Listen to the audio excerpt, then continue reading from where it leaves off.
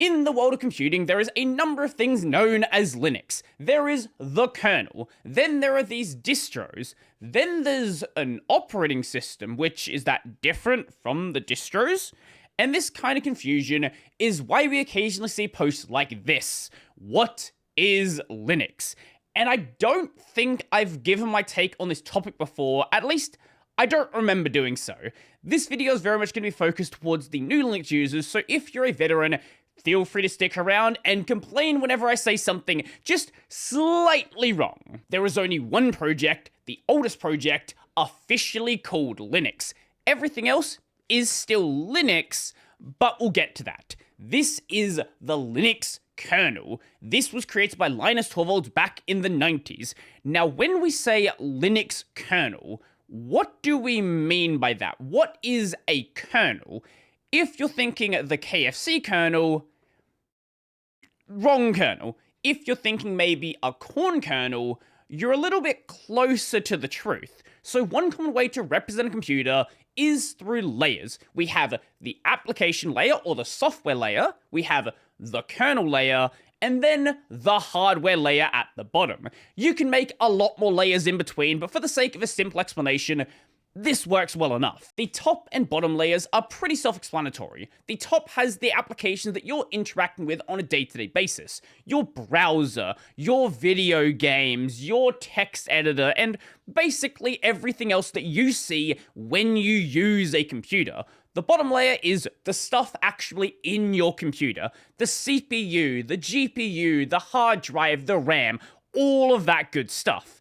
The kernel, that is what connects the two layers. It is not the 90s anymore. When you are writing or running software, that software isn't directly controlling the hardware. That model worked with simpler systems with simpler software, but it had some flaws where different applications might control the hardware badly, might not do things that are expected, might interfere with other applications running on your system.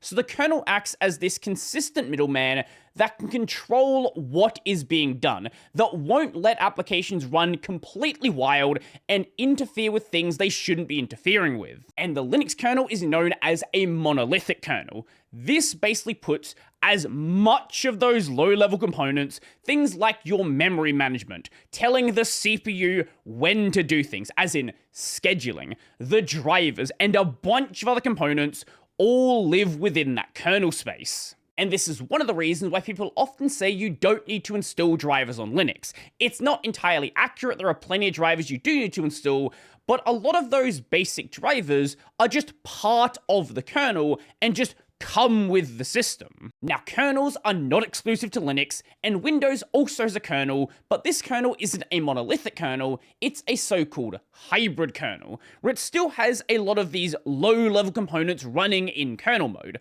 but a lot of other things, like your drivers, for example, they might be moved into user mode, that same space where your regular application is going to run. This does come with some drawbacks. There are some performance hits by doing so, but at the same time, if the drivers are buggy, if they crash, they don't bring down the entire kernel, and if the kernel crashes, the entire system crashes. With there being a monolithic kernel and a hybrid kernel, the hybrid has to be a hybrid of two or more things. The other thing is a microkernel. So if a monolithic kernel has everything it can possibly have in that kernel mode, a microkernel is the polar opposite, where it has as little as possible, only the very, very core components. And like the hybrid kernel, it has those benefits of if those individual components crash, it doesn't bring down the entire system, but much more than a hybrid kernel, it does come with some performance downgrades. But all of that stuff is well outside the scope of this video. The key takeaway here is every Linux user is using some form of the Linux kernel. It might be a different version of the kernel,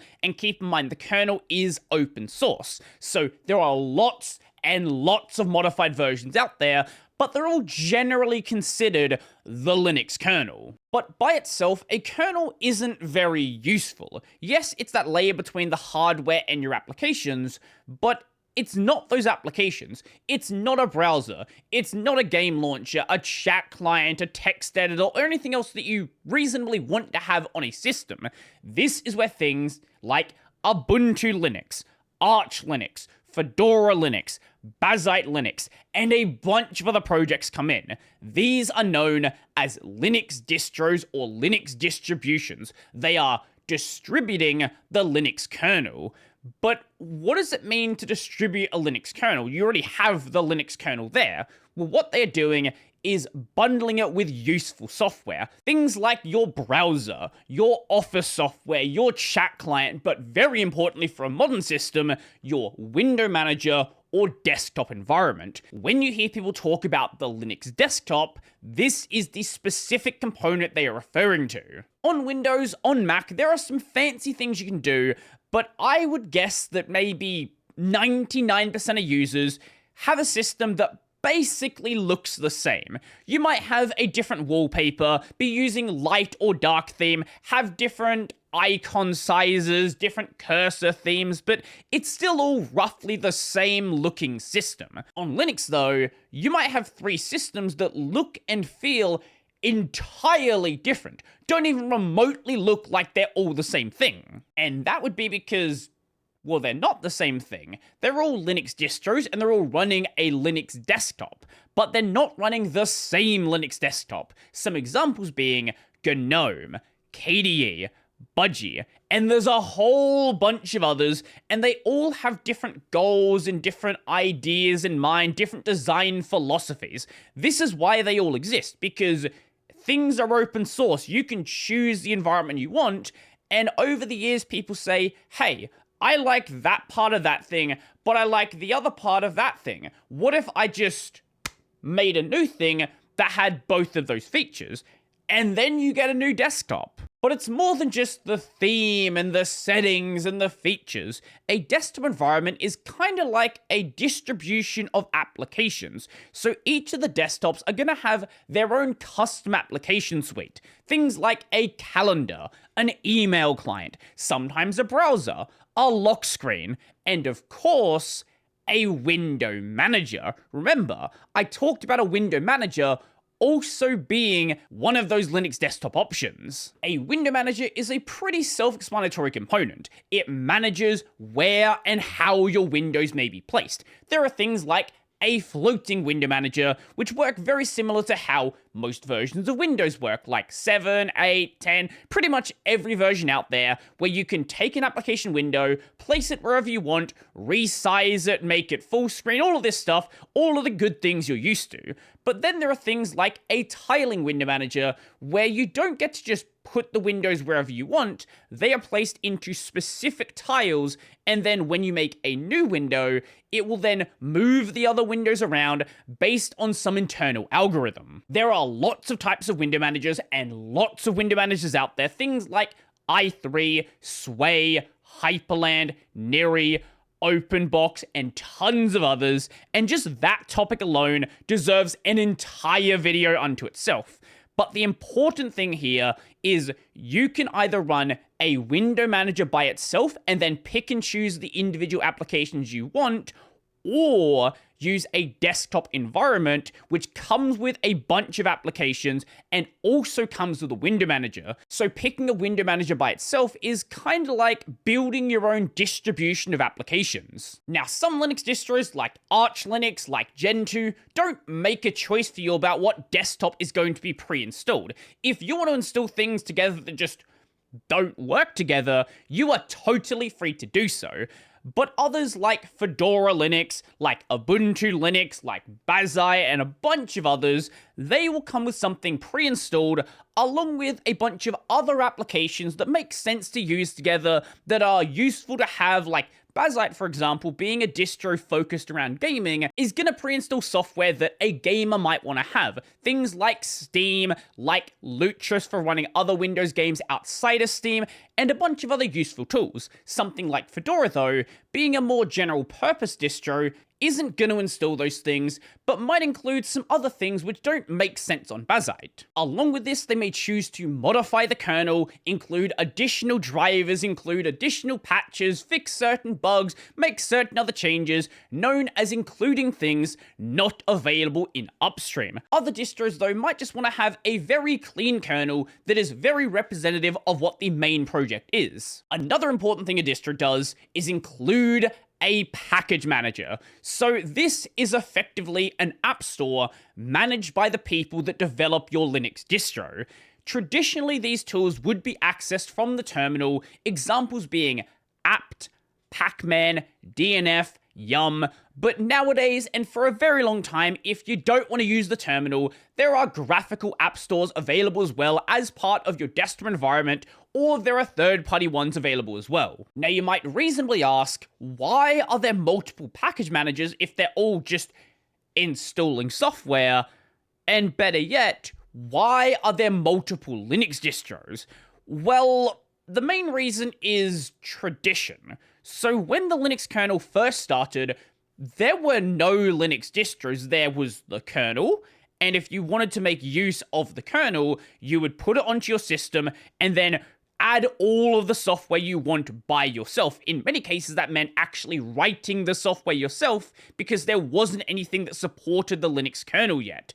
Then, over time, more software was ported over to this kernel, more code libraries were made, more things were made generally available, and then distros became a thing that were possible. And some of these distros started up, but they were very small-scale projects, very hobby projects in a lot of cases, and there was just never an official Linux distribution.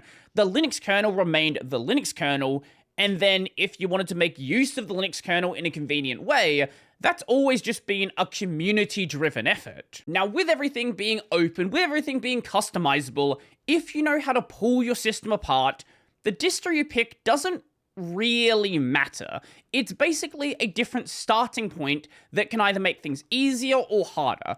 If you're the kind of person who likes to really customize your system, yes, you can start with something like Ubuntu and then remove all of the Ubuntu changes from it. Or you can just start with something that is already very stripped down, like an Arch Linux, like a Gentoo, like a Void Linux, and save yourself a bunch of time. But for most people, they don't really go through that level of effort. They just pick a distro and then stick with whatever it comes with. So the choice you make generally comes down to how up-to-date you want your software to be. Do you want the software to be cutting edge, bleeding edge, always really up-to-date, possibly seeing bugs before other people, but always getting new features before other people? Or do you want things to be slower and well-tested and ensure the system is incredibly stable?